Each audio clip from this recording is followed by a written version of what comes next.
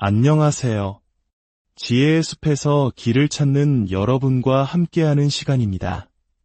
바쁜 일상 속에서 우리는 수많은 관계를 맺고 때로는 그 관계 속에서 기쁨을 얻기도 하지만 깊은 번뇌에 빠지기도 합니다. 오늘의 이야기가 마음에 울림을 준다면 소중한 분들과 함께 나누어 지혜의 등불을 더 널리 밝혀주십시오.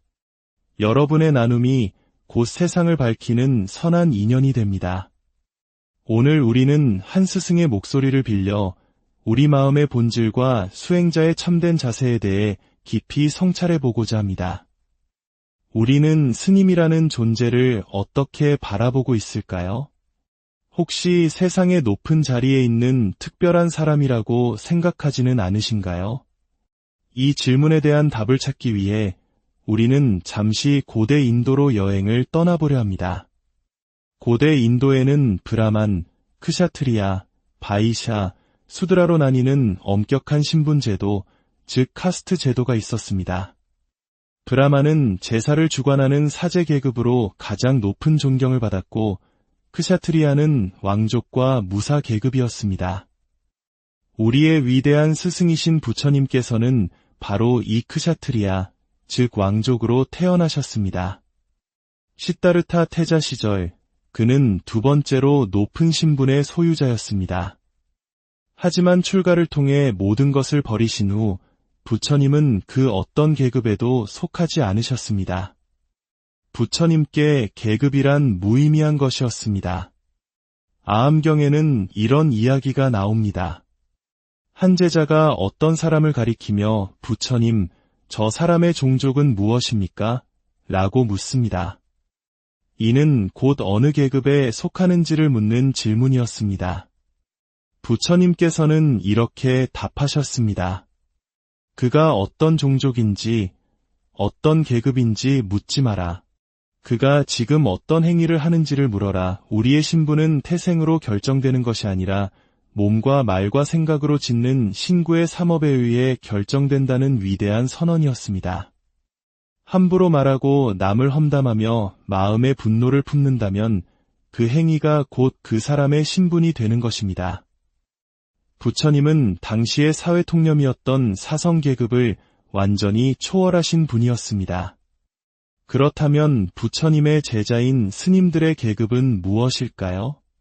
당연히 없습니다. 하지만 안타깝게도 때로는 스스로를 가장 높은 브라만 계급처럼 여기며 세상 사람들 위에 군림하려는 스님들도 있습니다. 마치 정치인이나 재력가들보다 자신이 더 높은 존재인 양 행동하는 것은 부처님의 가르침을 땅에 떨어뜨리는 안타까운 행위입니다. 스님은 높은 사람이 아닙니다. 모든 하늘과 인간 세상의 스승, 즉 인천의 스승이지만 그것이 곧 권위를 의미하는 것은 아닙니다. 저는 스님들을 여러분보다 한 발 먼저 길을 나선 분들이라고 말씀드리고 싶습니다. 여러분께서는 결혼을 하고 자녀를 키우고 사업을 하며 치열한 세상 속에서 노력하며 살아오셨습니다. 하지만 스님들은 그 모든 것을 포기했습니다. 돈을 버는 일도, 가정을 꾸리는 일도 하지 않습니다. 여러분이 세상 속에서 땀 흘리며 노력하는 그 귀한 시간 동안 스님들은 그저 절에서 주는 밥을 먹으며 오직 한 가지에만 몰두해야 합니다. 바로 부처님의 가르침을 배우고 수행하는 일입니다. 만약 그 시간 동안 공부와 수행을 게을리한다면 그 스님의 종족은 무엇이겠습니까? 경전의 말씀처럼 축생과 다를 바가 없을 것입니다. 제가 어린 나이에 하고 싶었던 모든 것을 내려놓고 이 길에 들어와 부처님의 가르침을 배우고 지금 여러분 앞에서 이렇게 말씀을 전할 수 있는 것은 단지 여러분보다 먼저 출발하여 이 길을 걸었기 때문입니다. 그러므로 여러분은 스님들을 스승으로 공경하고 존중해야 합니다. 왜냐하면 2600년 전 위대한 스승이 남기신 지혜의 말씀을 스님의 입을 통하지 않고서는 직접 배울 길이 없기 때문입니다. 법당의 부처님은 언제나 인자한 미소로 우리를 바라보실 뿐 직접 말씀을 건네지는 않으십니다. 스님은 바로 그 부처님의 가르침을 여러분께 전달하는 소중한 다리입니다. 하지만 그 존경이 스님이라는 개인의 위대함 때문이어서는 안 됩니다. 그분이 전하는 법에 대한 존경이어야 합니다. 스님들은 먼저 배운 것을 여러분께 나누어 줄 뿐입니다. 이 자리에 함께하신 모든 분들, 여러분 모두가 각자의 삶의 자리에서 스승이 되셔야 합니다. 세상은 지금 너무나 아프고 힘겨워하고 있습니다. 나는 스님처럼 법문을 잘 못하는데요, 라고 걱정할 필요가 없습니다. 말을 잘하는 사람은 말로써 법을 전하면 되고, 그렇지 않은 사람은 다른 방법으로 법을 전하면 됩니다. 그 최고의 법문은 바로 미소입니다. 누가 봐도 힘들고 어려운 상황 속에서 원망과 분노 대신 평온한 미소를 지을 수 있다면 주변 사람들은 궁금해할 것입니다. 당신은 어째서 그런 상황에서도 웃을 수 있습니까? 그 질문을 받을 때 여러분은 이렇게 답하시면 됩니다. 괜찮습니다. 저는 부처님의 가르침을 따르는 수행자니까요. 이 한마디가 그 어떤 화려한 법문보다 더 큰 힘으로 상대방의 마음을 불법으로 이끌게 될 것입니다. 내가 먼저 행복해야 다른 사람을 이끌 수 있습니다. 내가 먼저 평온해야 세상에 평화를 전할 수 있습니다. 얼마 전 한 불자님께서 이런 질문을 주셨습니다. 스님, 저는 욕심이 많은 중생입니다. 최근에 이웃 때문에 큰 분노를 느꼈습니다. 도덕적으로 잘못된 행동을 하고도 전혀 미안함을 느끼지 못하는 사람입니다. 쓰레기를 무단으로 버리고 온갖 비상식적인 행동을 하면서도 저를 보면 웃는 얼굴로 대합니다.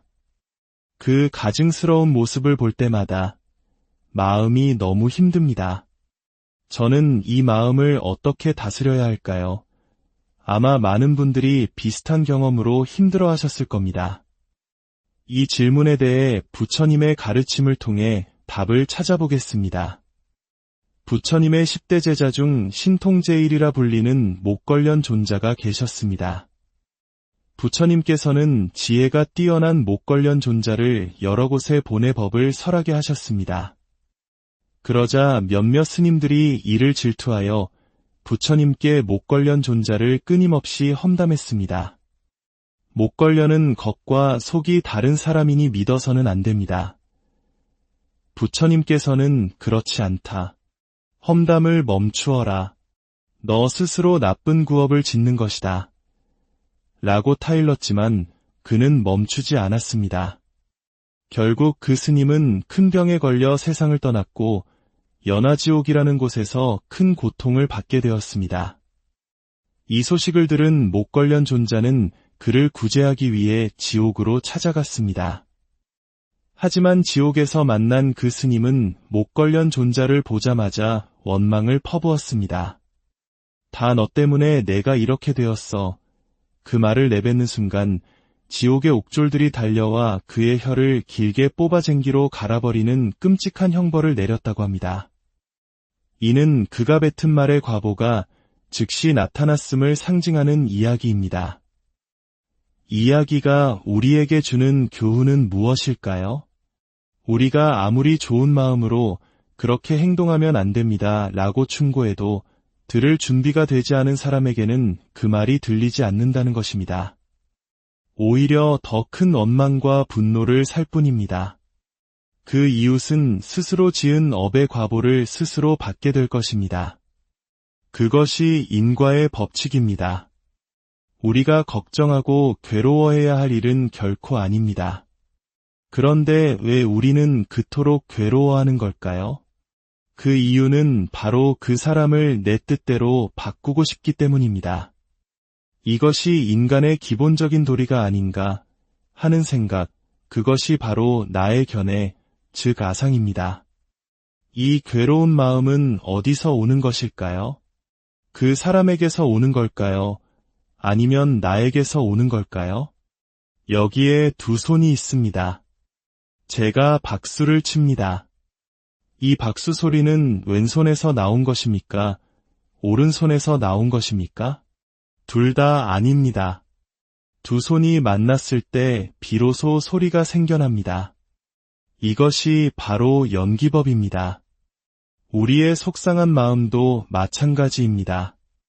그 사람 때문에 생긴 것도 아니고 나 때문에 생긴 것도 아닙니다. 그의 잘못된 행동과 그것을 바라보는 나의 마음이 만났을 때 일어난 현상일 뿐입니다. 그 생각은 본래 내 것이 아닙니다. 인연 따라 잠시 일어났다가 인연이 닿으면 사라질 뿐입니다. 어디서 와서 어디로 가는지 그 출처를 알 수 없는 헛개비와 같습니다. 그러므로 우리는 나 자신만 바뀌면 모든 것이 해결된다는 생각과 남 탓만 하며 세상을 원망하는 두 가지 극단에서 벗어나야 합니다. 나도 바뀌어야 하고 세상도 함께 바뀌어야 합니다. 여기 계신 한 분 한 분이 모두 나입니다. 각자의 나가 변할 때 비로소 세상 전체가 불국토로 변하는 것입니다. 그렇다면 우리는 기도를 어떻게 해야 할까요? 우리는 종종 나와 내 가족의 안녕만을 위해 기도합니다. 우리 아들 시험에 합격하게 해주세요. 우리 가족 건강하게 해주세요.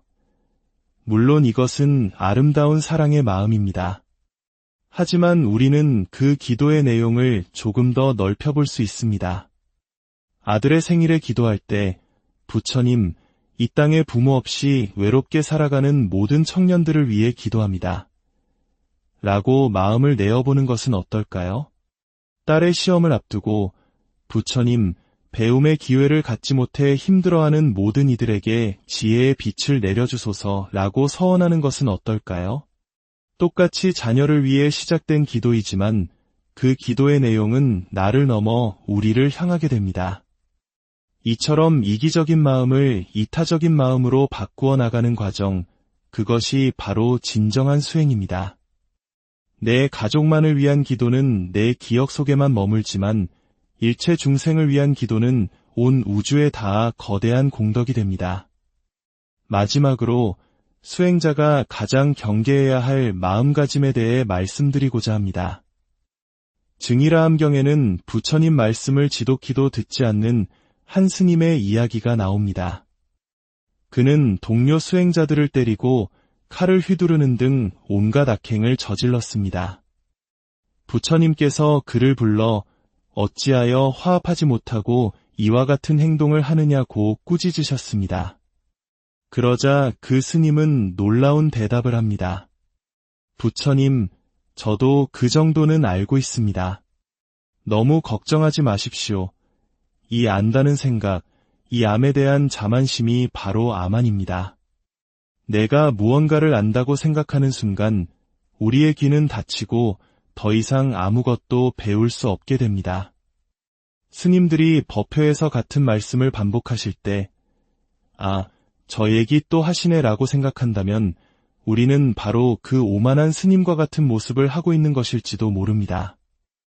스승이 같은 가르침을 반복하는 이유는 우리가 아직 그것을 온전히 이해하고 실천하지 못했기 때문입니다. 우리는 항상 배우는 사람의 자세를 잊지 말아야 합니다. 부처님의 가르침은 온 우주의 가장 위대한 지성입니다. 이 귀한 법을 만난 것은 눈먼 거북이가 망망대해에서 나무 판자를 만나는 것처럼 어려운 일입니다. 이 귀한 인연을 가벼이 여기지 마시고 겸손한 마음으로 끊임없이 배우고 닦아나가야 합니다. 오늘 우리가 함께 나눈 이 이야기들이 여러분의 삶 속에서 지혜의 등불이 되고 자비의 향기가 되어 세상을 더욱 아름답게 안녕하세요. 지혜의 숲에서 길을 찾는 여러분과 함께하는 시간입니다. 바쁜 일상 속에서 우리는 수많은 관계를 맺고 때로는 그 관계 속에서 기쁨을 얻기도 하지만 깊은 번뇌에 빠지기도 합니다. 오늘의 이야기가 마음에 울림을 준다면 소중한 분들과 함께 나누어 지혜의 등불을 더 널리 밝혀주십시오. 여러분의 나눔이 곧 세상을 밝히는 선한 인연이 됩니다. 오늘 우리는 한 스승의 목소리를 빌려 우리 마음의 본질과 수행자의 참된 자세에 대해 깊이 성찰해 보고자 합니다. 우리는 스님이라는 존재를 어떻게 바라보고 있을까요? 혹시 세상의 높은 자리에 있는 특별한 사람이라고 생각하지는 않으신가요? 이 질문에 대한 답을 찾기 위해 우리는 잠시 고대 인도로 여행을 떠나보려 합니다.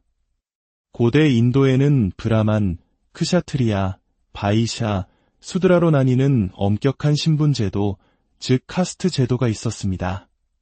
브라만은 제사를 주관하는 사제 계급으로 가장 높은 존경을 받았고, 크샤트리아는 왕족과 무사 계급이었습니다. 우리의 위대한 스승이신 부처님께서는 바로 이 크샤트리아, 즉 왕족으로 태어나셨습니다. 시다르타 태자 시절 그는 두 번째로 높은 신분의 소유자였습니다.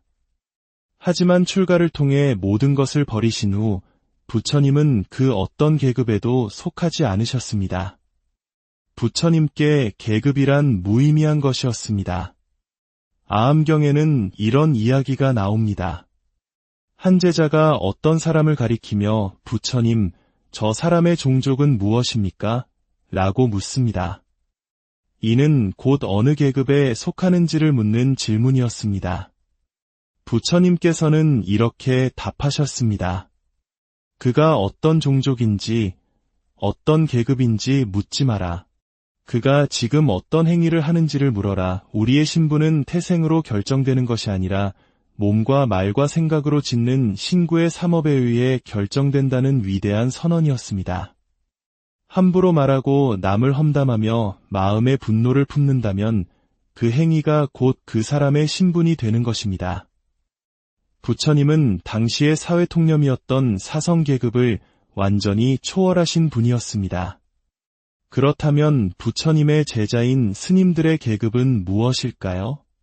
당연히 없습니다. 하지만 안타깝게도 때로는 스스로를 가장 높은 브라만 계급처럼 여기며 세상 사람들 위에 군림하려는 스님들도 있습니다. 마치 정치인이나 재력가들보다 자신이 더 높은 존재인 양 행동하는 것은 부처님의 가르침을 땅에 떨어뜨리는 안타까운 행위입니다. 스님은 높은 사람이 아닙니다. 모든 하늘과 인간 세상의 스승, 즉 인천의 스승이지만 그것이 곧 권위를 의미하는 것은 아닙니다. 저는 스님들을 여러분보다 한 발 먼저 길을 나선 분들이라고 말씀드리고 싶습니다. 여러분께서는 결혼을 하고 자녀를 키우고 사업을 하며 치열한 세상 속에서 노력하며 살아오셨습니다. 하지만 스님들은 그 모든 것을 포기했습니다. 돈을 버는 일도, 가정을 꾸리는 일도 하지 않습니다. 여러분이 세상 속에서 땀 흘리며 노력하는 그 귀한 시간 동안 스님들은 그저 절에서 주는 밥을 먹으며 오직 한 가지에만 몰두해야 합니다. 바로 부처님의 가르침을 배우고 수행하는 일입니다. 만약 그 시간 동안 공부와 수행을 게을리한다면 그 스님의 종족은 무엇이겠습니까? 경전의 말씀처럼 축생과 다를 바가 없을 것입니다. 제가 어린 나이에 하고 싶었던 모든 것을 내려놓고 이 길에 들어와 부처님의 가르침을 배우고 지금 여러분 앞에서 이렇게 말씀을 전할 수 있는 것은 단지 여러분보다 먼저 출발하여 이 길을 걸었기 때문입니다. 그러므로 여러분은 스님들을 스승으로 공경하고 존중해야 합니다. 왜냐하면 2600년 전 위대한 스승이 남기신 지혜의 말씀을 스님의 입을 통하지 않고서는 직접 배울 길이 없기 때문입니다. 법당의 부처님은 언제나 인자한 미소로 우리를 바라보실 뿐 직접 말씀을 건네지는 않으십니다. 스님은 바로 그 부처님의 가르침을 여러분께 전달하는 소중한 다리입니다. 하지만 그 존경이 스님이라는 개인의 위대함 때문이어서는 안 됩니다.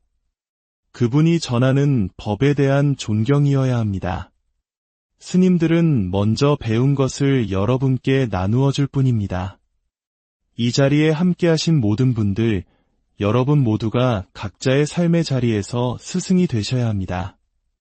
세상은 지금 너무나 아프고 힘겨워하고 있습니다.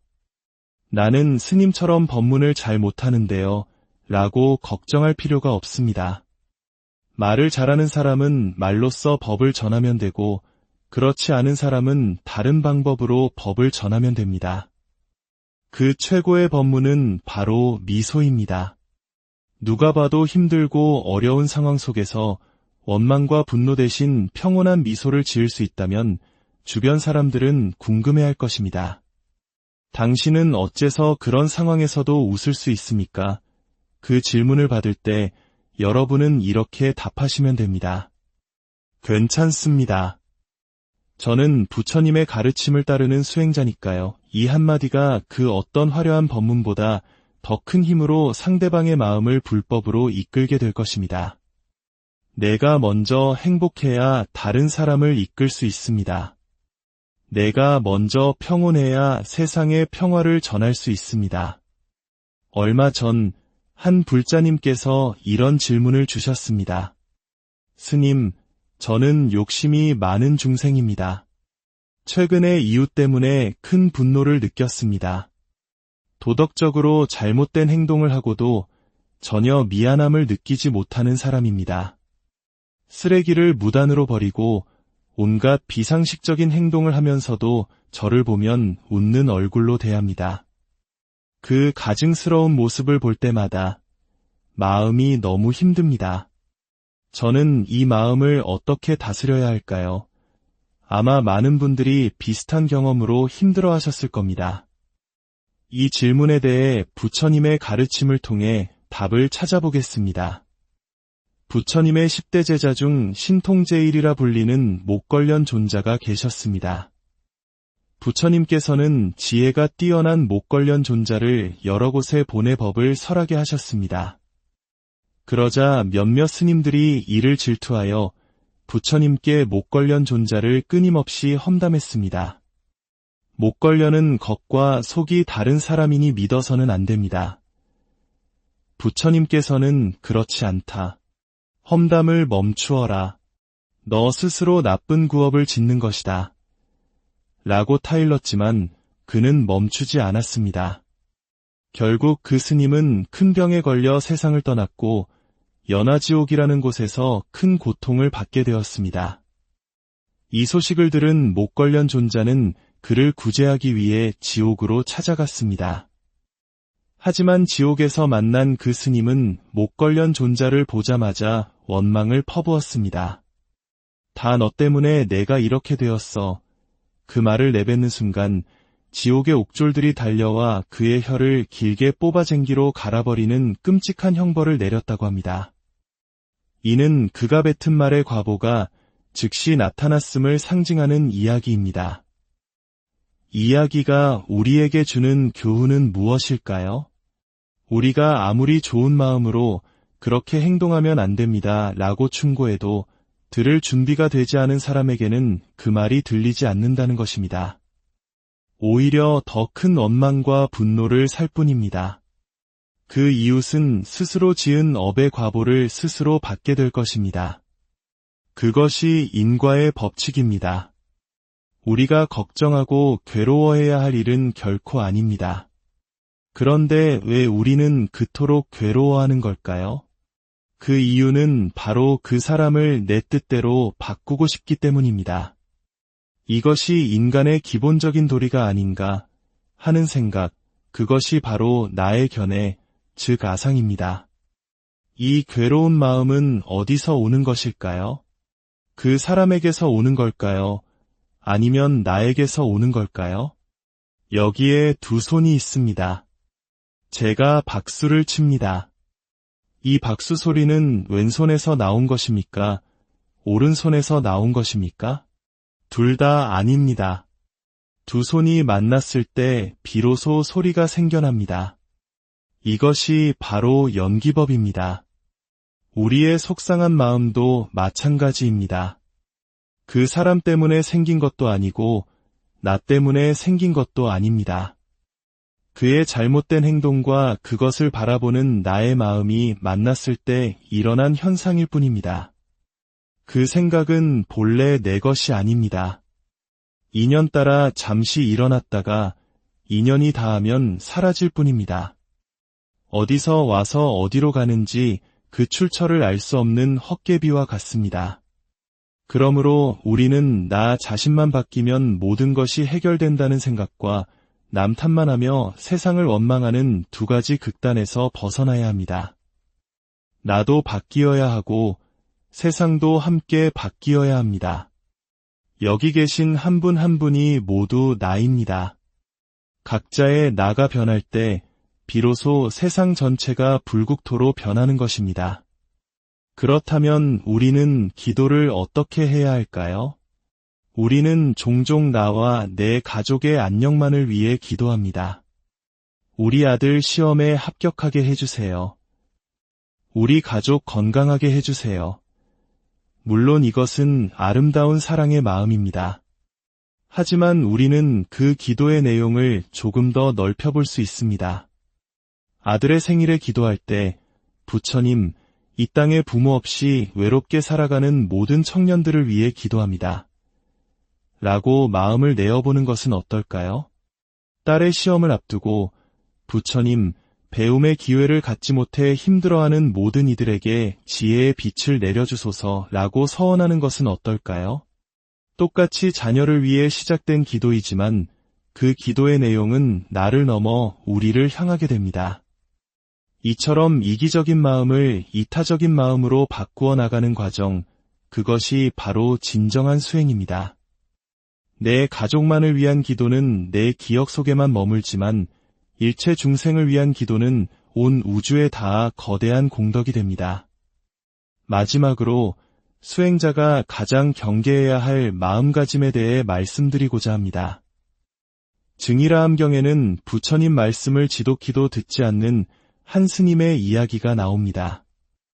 그는 동료 수행자들을 때리고 칼을 휘두르는 등 온갖 악행을 저질렀습니다. 부처님께서 그를 불러 어찌하여 화합하지 못하고 이와 같은 행동을 하느냐고 꾸짖으셨습니다.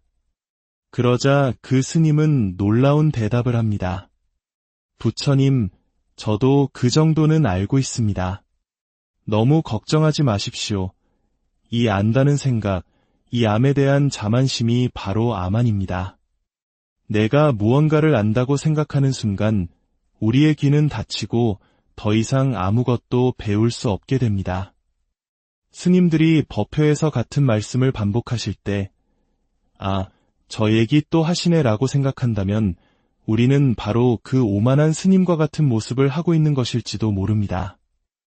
스승이 같은 가르침을 반복하는 이유는 우리가 아직 그것을 온전히 이해하고 실천하지 못했기 때문입니다. 우리는 항상 배우는 사람의 자세를 잊지 말아야 합니다. 부처님의 가르침은 온 우주의 가장 위대한 지성입니다.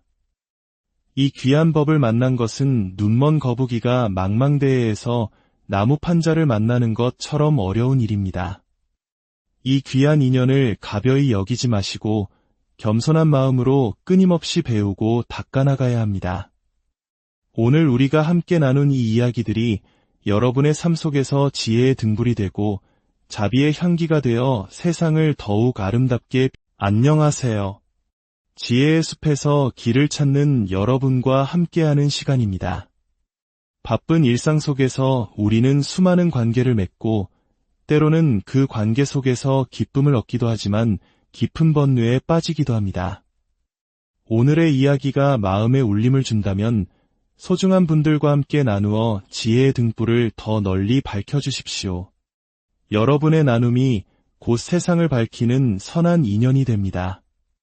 오늘 우리는 한 스승의 목소리를 빌려 우리 마음의 본질과 수행자의 참된 자세에 대해 깊이 성찰해보고자 합니다. 우리는 스님이라는 존재를 어떻게 바라보고 있을까요? 혹시 세상의 높은 자리에 있는 특별한 사람이라고 생각하지는 않으신가요? 이 질문에 대한 답을 찾기 위해 우리는 잠시 고대 인도로 여행을 떠나보려 합니다. 고대 인도에는 브라만, 크샤트리아, 바이샤, 수드라로 나뉘는 엄격한 신분제도, 즉 카스트 제도가 있었습니다. 브라만은 제사를 주관하는 사제 계급으로 가장 높은 존경을 받았고 크샤트리아는 왕족과 무사 계급이었습니다. 우리의 위대한 스승이신 부처님께서는 바로 이 크샤트리아, 즉 왕족으로 태어나셨습니다. 시타르타 태자 시절 그는 두 번째로 높은 신분의 소유자였습니다. 하지만 출가를 통해 모든 것을 버리신 후 부처님은 그 어떤 계급에도 속하지 않으셨습니다. 부처님께 계급이란 무의미한 것이었습니다. 아함경에는 이런 이야기가 나옵니다. 한 제자가 어떤 사람을 가리키며 부처님, 저 사람의 종족은 무엇입니까? 라고 묻습니다. 이는 곧 어느 계급에 속하는지를 묻는 질문이었습니다. 부처님께서는 이렇게 답하셨습니다. 그가 어떤 종족인지, 어떤 계급인지 묻지 마라. 그가 지금 어떤 행위를 하는지를 물어라. 우리의 신분은 태생으로 결정되는 것이 아니라 몸과 말과 생각으로 짓는 신구의 삼업에 의해 결정된다는 위대한 선언이었습니다. 함부로 말하고 남을 험담하며 마음의 분노를 품는다면 그 행위가 곧 그 사람의 신분이 되는 것입니다. 부처님은 당시의 사회통념이었던 사성계급을 완전히 초월하신 분이었습니다. 그렇다면 부처님의 제자인 스님들의 계급은 무엇일까요? 당연히 없습니다. 하지만 안타깝게도 때로는 스스로를 가장 높은 브라만 계급처럼 여기며 세상 사람들 위에 군림하려는 스님들도 있습니다. 마치 정치인이나 재력가들보다 자신이 더 높은 존재인 양 행동하는 것은 부처님의 가르침을 땅에 떨어뜨리는 안타까운 행위입니다. 스님은 높은 사람이 아닙니다. 모든 하늘과 인간 세상의 스승, 즉 인천의 스승이지만 그것이 곧 권위를 의미하는 것은 아닙니다. 저는 스님들을 여러분보다 한 발 먼저 길을 나선 분들이라고 말씀드리고 싶습니다. 여러분께서는 결혼을 하고 자녀를 키우고 사업을 하며 치열한 세상 속에서 노력하며 살아오셨습니다. 하지만 스님들은 그 모든 것을 포기했습니다. 돈을 버는 일도, 가정을 꾸리는 일도 하지 않습니다. 여러분이 세상 속에서 땀 흘리며 노력하는 그 귀한 시간 동안 스님들은 그저 절에서 주는 밥을 먹으며 오직 한 가지에만 몰두해야 합니다. 바로 부처님의 가르침을 배우고 수행하는 일입니다. 만약 그 시간 동안 공부와 수행을 게을리한다면 그 스님의 종족은 무엇이겠습니까? 경전의 말씀처럼 축생과 다를 바가 없을 것입니다. 제가 어린 나이에 하고 싶었던 모든 것을 내려놓고 이 길에 들어와 부처님의 가르침을 배우고 지금 여러분 앞에서 이렇게 말씀을 전할 수 있는 것은 단지 여러분보다 먼저 출발하여 이 길을 걸었기 때문입니다. 그러므로 여러분은 스님들을 스승으로 공경하고 존중해야 합니다. 예냐하면 2600년 전 위대한 스승이 남기신 지혜의 말씀을 스님의 입을 통하지 않고서는 직접 배울 길이 없기 때문입니다. 법당의 부처님은 언제나 인자한 미소로 우리를 바라보실 뿐 직접 말씀을 건네지는 않으십니다. 스님은 바로 그 부처님의 가르침을 여러분께 전달하는 소중한 다리입니다. 하지만 그 존경이 스님이라는 개인의 위대함 때문이어서는 안 됩니다. 그분이 전하는 법에 대한 존경이어야 합니다. 스님들은 먼저 배운 것을 여러분께 나누어 줄 뿐입니다. 이 자리에 함께하신 모든 분들, 여러분 모두가 각자의 삶의 자리에서 스승이 되셔야 합니다. 세상은 지금 너무나 아프고 힘겨워하고 있습니다. 나는 스님처럼 법문을 잘 못하는데요, 라고 걱정할 필요가 없습니다.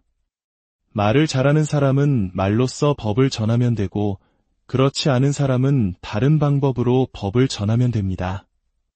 그 최고의 법문은 바로 미소입니다.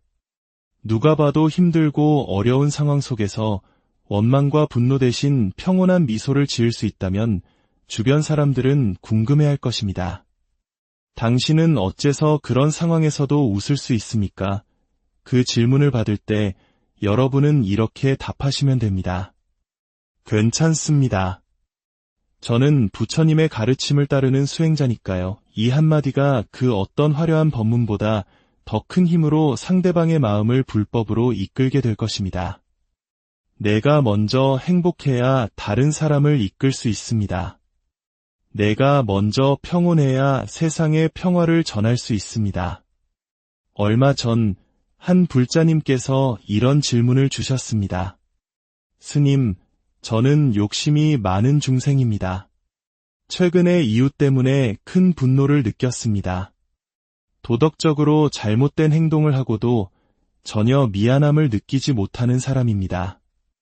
쓰레기를 무단으로 버리고 온갖 비상식적인 행동을 하면서도 저를 보면 웃는 얼굴로 대합니다.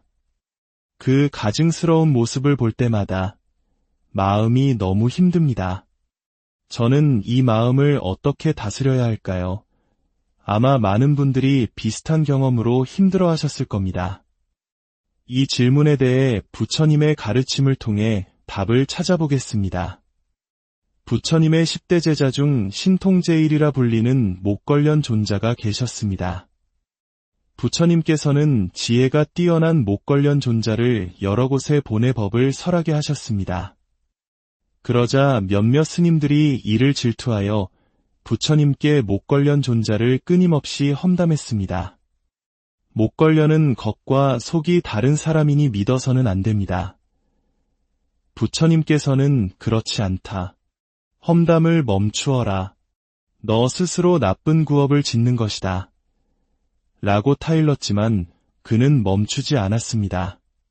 결국 그 스님은 큰 병에 걸려 세상을 떠났고 연화지옥이라는 곳에서 큰 고통을 받게 되었습니다. 이 소식을 들은 목걸련 존자는 그를 구제하기 위해 지옥으로 찾아갔습니다. 하지만 지옥에서 만난 그 스님은 목걸련 존자를 보자마자 원망을 퍼부었습니다. 다 너 때문에 내가 이렇게 되었어. 그 말을 내뱉는 순간 지옥의 옥졸들이 달려와 그의 혀를 길게 뽑아쟁기로 갈아버리는 끔찍한 형벌을 내렸다고 합니다. 이는 그가 뱉은 말의 과보가 즉시 나타났음을 상징하는 이야기입니다. 이 이야기가 우리에게 주는 교훈은 무엇일까요? 우리가 아무리 좋은 마음으로 그렇게 행동하면 안 됩니다 라고 충고해도 들을 준비가 되지 않은 사람에게는 그 말이 들리지 않는다는 것입니다. 오히려 더 큰 원망과 분노를 살 뿐입니다. 그 이웃은 스스로 지은 업의 과보를 스스로 받게 될 것입니다. 그것이 인과의 법칙입니다. 우리가 걱정하고 괴로워해야 할 일은 결코 아닙니다. 그런데 왜 우리는 그토록 괴로워하는 걸까요? 그 이유는 바로 그 사람을 내 뜻대로 바꾸고 싶기 때문입니다. 이것이 인간의 기본적인 도리가 아닌가 하는 생각, 그것이 바로 나의 견해, 즉 아상입니다. 이 괴로운 마음은 어디서 오는 것일까요? 그 사람에게서 오는 걸까요? 아니면 나에게서 오는 걸까요? 여기에 두 손이 있습니다. 제가 박수를 칩니다. 이 박수 소리는 왼손에서 나온 것입니까? 오른손에서 나온 것입니까? 둘 다 아닙니다. 두 손이 만났을 때 비로소 소리가 생겨납니다. 이것이 바로 연기법입니다. 우리의 속상한 마음도 마찬가지입니다. 그 사람 때문에 생긴 것도 아니고 나 때문에 생긴 것도 아닙니다.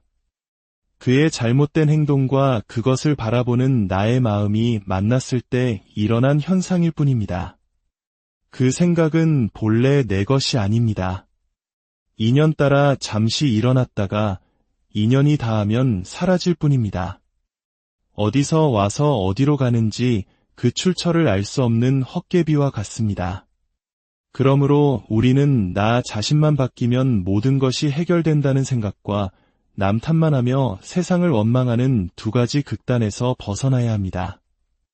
나도 바뀌어야 하고 세상도 함께 바뀌어야 합니다. 여기 계신 한 분 한 분이 모두 나입니다. 각자의 나가 변할 때 비로소 세상 전체가 불국토로 변하는 것입니다. 그렇다면 우리는 기도를 어떻게 해야 할까요? 우리는 종종 나와 내 가족의 안녕만을 위해 기도합니다. 우리 아들 시험에 합격하게 해주세요. 우리 가족 건강하게 해주세요. 물론 이것은 아름다운 사랑의 마음입니다. 하지만 우리는 그 기도의 내용을 조금 더 넓혀볼 수 있습니다. 아들의 생일에 기도할 때, 부처님, 이 땅에 부모 없이 외롭게 살아가는 모든 청년들을 위해 기도합니다.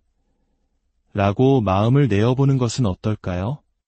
딸의 시험을 앞두고, 부처님, 배움의 기회를 갖지 못해 힘들어하는 모든 이들에게 지혜의 빛을 내려주소서 라고 서원하는 것은 어떨까요? 똑같이 자녀를 위해 시작된 기도이지만 그 기도의 내용은 나를 넘어 우리를 향하게 됩니다. 이처럼 이기적인 마음을 이타적인 마음으로 바꾸어 나가는 과정, 그것이 바로 진정한 수행입니다. 내 가족만을 위한 기도는 내 기억 속에만 머물지만 일체 중생을 위한 기도는 온 우주에 닿아 거대한 공덕이 됩니다. 마지막으로 수행자가 가장 경계해야 할 마음가짐에 대해 말씀드리고자 합니다. 증이라함경에는 부처님 말씀을 지독히도 듣지 않는 한 스님의 이야기가 나옵니다. 그는 동료 수행자들을 때리고 칼을 휘두르는 등 온갖 악행을 저질렀습니다. 부처님께서 그를 불러 어찌하여 화합하지 못하고 이와 같은 행동을 하느냐고 꾸짖으셨습니다. 그러자 그 스님은 놀라운 대답을 합니다. 부처님, 저도 그 정도는 알고 있습니다. 너무 걱정하지 마십시오. 이 안다는 생각, 이 암에 대한 자만심이 바로 암안입니다. 내가 무언가를 안다고 생각하는 순간 우리의 귀는 닫히고 더 이상 아무것도 배울 수 없게 됩니다. 스님들이 법회에서 같은 말씀을 반복하실 때, 저 얘기 또 하시네 라고 생각한다면 우리는 바로 그 오만한 스님과 같은 모습을 하고 있는 것일지도 모릅니다. 스승이 같은 가르침을 반복하는 이유는 우리가 아직 그것을 온전히 이해하고 실천하지 못했기 때문입니다. 우리는 항상 배우는 사람의 자세를 잊지 말아야 합니다. 부처님의 가르침은 온 우주의 가장 위대한 지성입니다. 이 귀한 법을 만난 것은 눈먼 거북이가 망망대해에서 나무 판자를 만나는 것처럼 어려운 일입니다.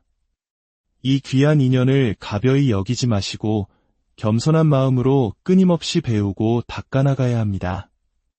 오늘 우리가 함께 나눈 이 이야기들이 여러분의 삶 속에서 지혜의 등불이 되고 자비의 향기가 되어 세상을 더욱 아름답게. 안녕하세요. 지혜의 숲에서 길을 찾는 여러분과 함께하는 시간입니다. 바쁜 일상 속에서 우리는 수많은 관계를 맺고 때로는 그 관계 속에서 기쁨을 얻기도 하지만 깊은 번뇌에 빠지기도 합니다. 오늘의 이야기가 마음에 울림을 준다면 소중한 분들과 함께 나누어 지혜의 등불을 더 널리 밝혀주십시오. 여러분의 나눔이 곧 세상을 밝히는 선한 인연이 됩니다. 오늘 우리는 한 스승의 목소리를 빌려 우리 마음의 본질과 수행자의 참된 자세에 대해 깊이 성찰해보고자 합니다. 우리는 스님이라는 존재를 어떻게 바라보고 있을까요? 혹시 세상의 높은 자리에 있는 특별한 사람이라고 생각하지는 않으신가요? 이 질문에 대한 답을 찾기 위해 우리는 잠시 고대 인도로 여행을 떠나보려 합니다. 고대 인도에는 브라만, 크샤트리아, 바이샤, 수드라로 나뉘는 엄격한 신분제도, 즉 카스트 제도가 있었습니다. 브라만은 제사를 주관하는 사제 계급으로 가장 높은 존경을 받았고 크샤트리아는 왕족과 무사 계급이었습니다. 우리의 위대한 스승이신 부처님께서는 바로 이 크샤트리아, 즉 왕족으로 태어나셨습니다. 시다르타 태자 시절 그는 두 번째로 높은 신분의 소유자였습니다. 하지만 출가를 통해 모든 것을 버리신 후 부처님은 그 어떤 계급에도 속하지 않으셨습니다. 부처님께 계급이란 무의미한 것이었습니다. 아함경에는 이런 이야기가 나옵니다. 한 제자가 어떤 사람을 가리키며 부처님, 저 사람의 종족은 무엇입니까? 라고 묻습니다. 이는 곧 어느 계급에 속하는지를 묻는 질문이었습니다. 부처님께서는 이렇게 답하셨습니다. 그가 어떤 종족인지, 어떤 계급인지 묻지 마라. 그가 지금 어떤 행위를 하는지를 물어라. 우리의 신분은 태생으로 결정되는 것이 아니라 몸과 말과 생각으로 짓는 신구의 삼업에 의해 결정된다는 위대한 선언이었습니다. 함부로 말하고 남을 험담하며 마음의 분노를 품는다면 그 행위가 곧 그 사람의 신분이 되는 것입니다. 부처님은 당시의 사회통념이었던 사성계급을 완전히 초월하신 분이었습니다. 그렇다면 부처님의 제자인 스님들의 계급은 무엇일까요? 당연히 없습니다. 하지만 안타깝게도 때로는 스스로를 가장 높은 브라만 계급처럼 여기며 세상 사람들 위에 군림하려는 스님들도 있습니다. 마치 정치인이나 재력가들보다 자신이 더 높은 존재인 양 행동하는 것은 부처님의 가르침을 땅에 떨어뜨리는 안타까운 행위입니다. 스님은 높은 사람이 아닙니다. 모든 하늘과 인간 세상의 스승, 즉 인천의 스승이지만 그것이 곧 권위를 의미하는 것은 아닙니다. 저는 스님들을 여러분보다 한 발 먼저 길을 나선 분들이라고 말씀드리고 싶습니다. 여러분께서는 결혼을 하고 자녀를 키우고 사업을 하며 치열한 세상 속에서 노력하며 살아오셨습니다. 하지만 스님들은 그 모든 것을 포기했습니다. 돈을 버는 일도, 가정을 꾸리는 일도 하지 않습니다. 여러분이 세상 속에서 땀 흘리며 노력하는 그 귀한 시간 동안 스님들은 그저 절에서 주는 밥을 먹으며 오직 한 가지에만 몰두해야 합니다. 바로 부처님의 가르침을 배우고 수행하는 일입니다. 만약 그 시간 동안 공부와 수행을 게을리한다면 그 스님의 종족은 무엇이겠습니까? 경전의 말씀처럼 축생과 다를 바가 없을 것입니다. 제가 어린 나이에 하고 싶었던 모든 것을 내려놓고 이 길에 들어와 부처님의 가르침을 배우고 지금 여러분 앞에서 이렇게 말씀을 전할 수 있는 것은 단지 여러분보다 먼저 출발하여 이 길을 걸었기 때문입니다. 그러므로 여러분은 스님들을 스승으로 공경하고 존중해야 합니다. 왜냐하면 2600년 전 위대한 스승이 남기신 지혜의 말씀을 스님의 입을 통하지 않고서는 직접 배울 길이 없기 때문입니다. 법당의 부처님은 언제나 인자한 미소로 우리를 바라보실 뿐 직접 말씀을 건네지는 않으십니다. 스님은 바로 그 부처님의 가르침을 여러분께 전달하는 소중한 다리입니다. 하지만 그 존경이 스님이라는 개인의 위대함 때문이어서는 안 됩니다. 그분이 전하는 법에 대한 존경이어야 합니다. 스님들은 먼저 배운 것을 여러분께 나누어 줄 뿐입니다. 이 자리에 함께하신 모든 분들, 여러분 모두가 각자의 삶의 자리에서 스승이 되셔야 합니다. 세상은 지금 너무나 아프고 힘겨워하고 있습니다. 나는 스님처럼 법문을 잘 못하는데요, 라고 걱정할 필요가 없습니다. 말을 잘하는 사람은 말로써 법을 전하면 되고, 그렇지 않은 사람은 다른 방법으로 법을 전하면 됩니다. 그 최고의 법문은 바로 미소입니다. 누가 봐도 힘들고 어려운 상황 속에서 원망과 분노 대신 평온한 미소를 지을 수 있다면 주변 사람들은 궁금해할 것입니다. 당신은 어째서 그런 상황에서도 웃을 수 있습니까? 그 질문을 받을 때 여러분은 이렇게 답하시면 됩니다. 괜찮습니다. 저는 부처님의 가르침을 따르는 수행자니까요. 이 한마디가 그 어떤 화려한 법문보다 더 큰 힘으로 상대방의 마음을 불법으로 이끌게 될 것입니다. 내가 먼저 행복해야 다른 사람을 이끌 수 있습니다. 내가 먼저 평온해야 세상의 평화를 전할 수 있습니다. 얼마 전 한 불자님께서 이런 질문을 주셨습니다. 스님, 저는 욕심이 많은 중생입니다. 최근에 이웃 때문에 큰 분노를 느꼈습니다. 도덕적으로 잘못된 행동을 하고도 전혀 미안함을 느끼지 못하는 사람입니다. 쓰레기를 무단으로 버리고 온갖 비상식적인 행동을 하면서도 저를 보면 웃는 얼굴로 대합니다. 그 가증스러운 모습을 볼 때마다 마음이 너무 힘듭니다. 저는 이 마음을 어떻게 다스려야 할까요? 아마 많은 분들이 비슷한 경험으로 힘들어하셨을 겁니다. 이 질문에 대해 부처님의 가르침을 통해 답을 찾아보겠습니다. 부처님의 10대 제자 중 신통제일이라 불리는 목걸련 존자가 계셨습니다.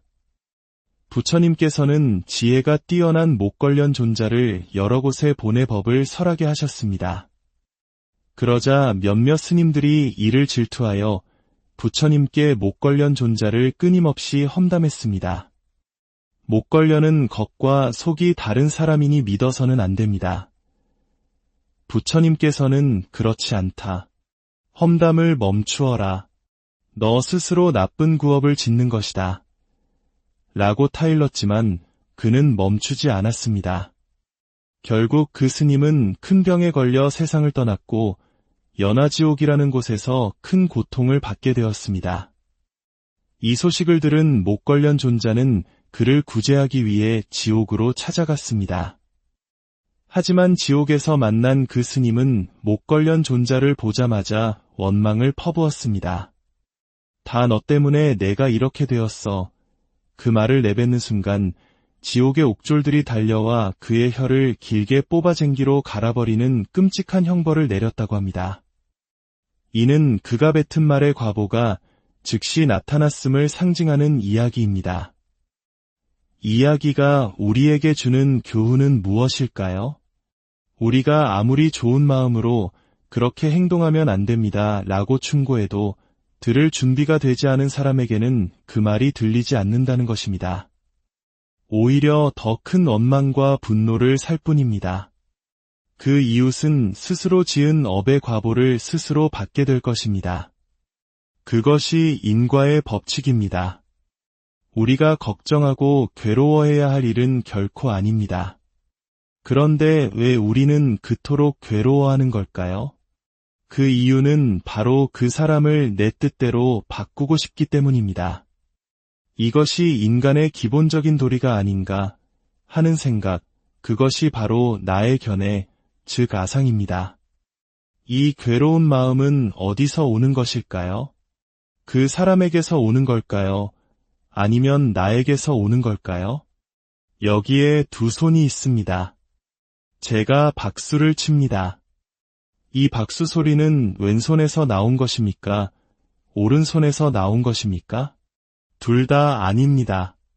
두 손이 만났을 때 비로소 소리가 생겨납니다. 이것이 바로 연기법입니다. 우리의 속상한 마음도 마찬가지입니다. 그 사람 때문에 생긴 것도 아니고 나 때문에 생긴 것도 아닙니다.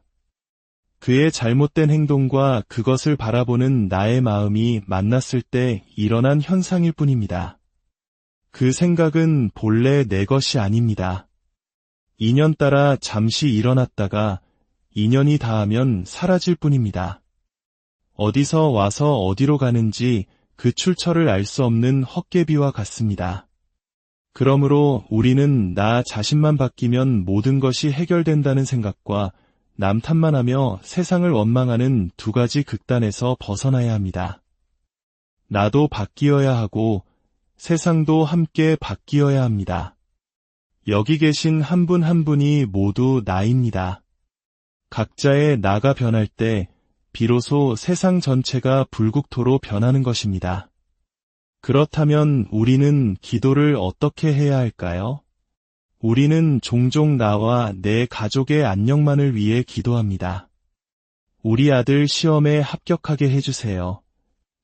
우리 가족 건강하게 해주세요.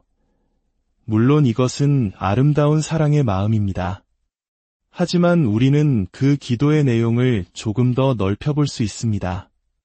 아들의 생일에 기도할 때 부처님, 이 땅에 부모 없이 외롭게 살아가는 모든 청년들을 위해 기도합니다. 라고 마음을 내어보는 것은 어떨까요? 딸의 시험을 앞두고 부처님, 배움의 기회를 갖지 못해 힘들어하는 모든 이들에게 지혜의 빛을 내려주소서 라고 서원하는 것은 어떨까요? 똑같이 자녀를 위해 시작된 기도이지만 그 기도의 내용은 나를 넘어 우리를 향하게 됩니다. 이처럼 이기적인 마음을 이타적인 마음으로 바꾸어 나가는 과정, 그것이 바로 진정한 수행입니다. 내 가족만을 위한 기도는 내 기억 속에만 머물지만 일체 중생을 위한 기도는 온 우주에 닿아 거대한 공덕이 됩니다. 마지막으로 수행자가 가장 경계해야 할 마음가짐에 대해 말씀드리고자 합니다. 증일화암경에는 부처님 말씀을 지독히도 듣지 않는 한 스님의 이야기가 나옵니다. 그는 동료 수행자들을 때리고 칼을 휘두르는 등 온갖 악행을 저질렀습니다.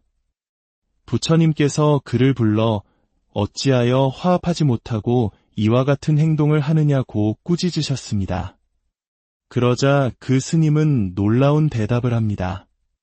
부처님, 저도 그 정도는 알고 있습니다. 너무 걱정하지 마십시오.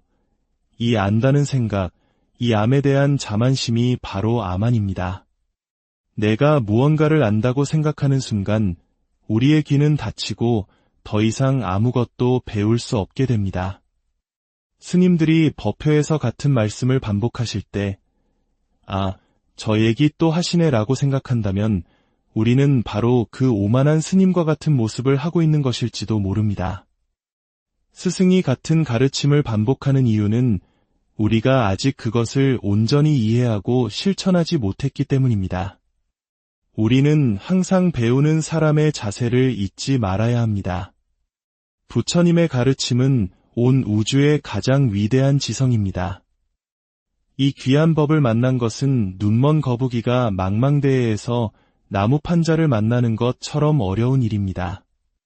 이 귀한 인연을 가벼이 여기지 마시고 겸손한 마음으로 끊임없이 배우고 닦아나가야 합니다.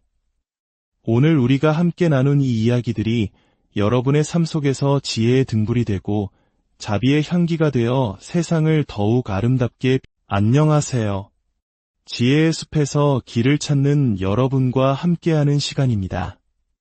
바쁜 일상 속에서 우리는 수많은 관계를 맺고 때로는 그 관계 속에서 기쁨을 얻기도 하지만 깊은 번뇌에 빠지기도 합니다. 오늘의 이야기가 마음에 울림을 준다면 소중한 분들과 함께 나누어 지혜의 등불을 더 널리 밝혀주십시오.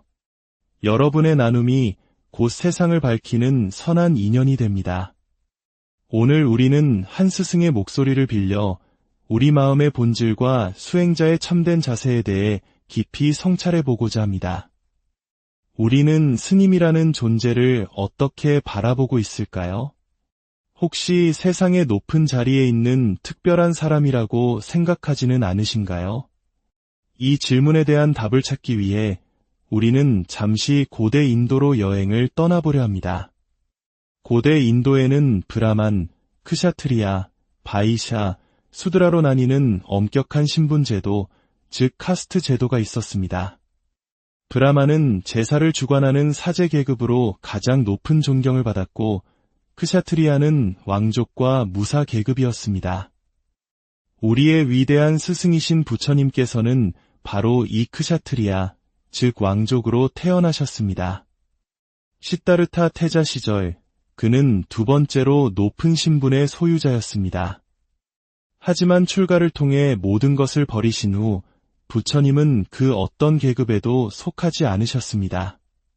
부처님께 계급이란 무의미한 것이었습니다. 아함경에는 이런 이야기가 나옵니다. 한 제자가 어떤 사람을 가리키며 부처님, 저 사람의 종족은 무엇입니까? 라고 묻습니다. 이는 곧 어느 계급에 속하는지를 묻는 질문이었습니다. 부처님께서는 이렇게 답하셨습니다. 그가 어떤 종족인지, 어떤 계급인지 묻지 마라. 그가 지금 어떤 행위를 하는지를 물어라. 우리의 신분은 태생으로 결정되는 것이 아니라 몸과 말과 생각으로 짓는 신구의 삼업에 의해 결정된다는 위대한 선언이었습니다. 함부로 말하고 남을 험담하며 마음의 분노를 품는다면 그 행위가 곧 그 사람의 신분이 되는 것입니다. 부처님은 당시의 사회 통념이었던 사성계급을 완전히 초월하신 분이었습니다. 그렇다면 부처님의 제자인 스님들의 계급은 무엇일까요? 당연히 없습니다. 하지만 안타깝게도 때로는 스스로를 가장 높은 브라만 계급처럼 여기며 세상 사람들 위에 군림하려는 스님들도 있습니다.